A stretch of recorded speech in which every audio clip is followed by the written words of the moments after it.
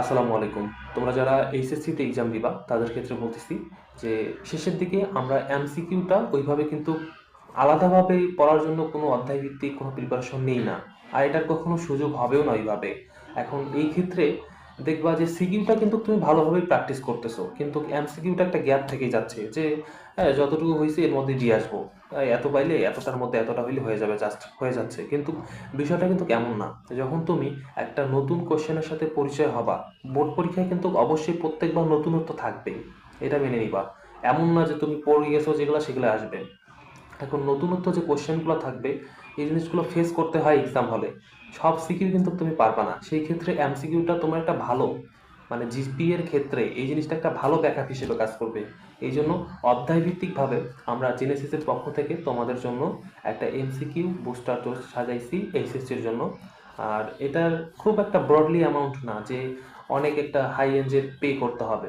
Just যেহেতু 26 batch, এই উপলক্ষে 126 টাকায় তোমাদের জন্য এইটা এক্সাম পূর্ব মুহূর্ত অধ্যায় ভিত্তিক আকারে আমরা এমসিকিউটা তোমাদেরকে কাভার করে দেবো, সায়েন্সের সাবজেক্টগুলো।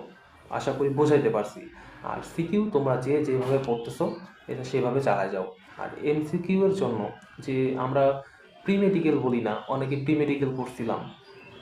প্রি মেডিকেল বলতে আসলে কিছু হয় না।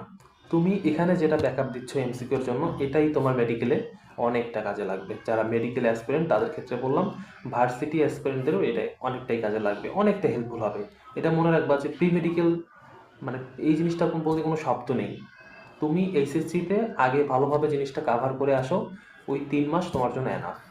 আর এমসিকিউ যে কোশ্চেনগুলো দেওয়া হবে অধ্যায়ভিত্তিক আকারে, এটা যদি তুমি সলভ করতে পারো অ্যাটলিস্ট এক্সামটা না দিয়ে, তুমি একটা ভালো একটা মার্ক পাবা, মানে এইচএসসিতে একটা ভালো মার্ক অর্জন করে আসতে পারবা। কারণ আমরা যে কোশ্চেন ক্যাটাগরি তোমাদের বড় ভাই আপুরা যেভাবে জিনিসটা সাজাবো, এটা কিন্তু মোস্টলি রিপিটেড যে কোশ্চেনগুলো বারবার রিপিট হয়। কোশ্চেনে অবশ্যই নতুনত্ব থাকবে 3-4টা, এটা বরাবরই থাকবে, কিন্তু কোশ্চেন কিন্তু রিপিট হয়।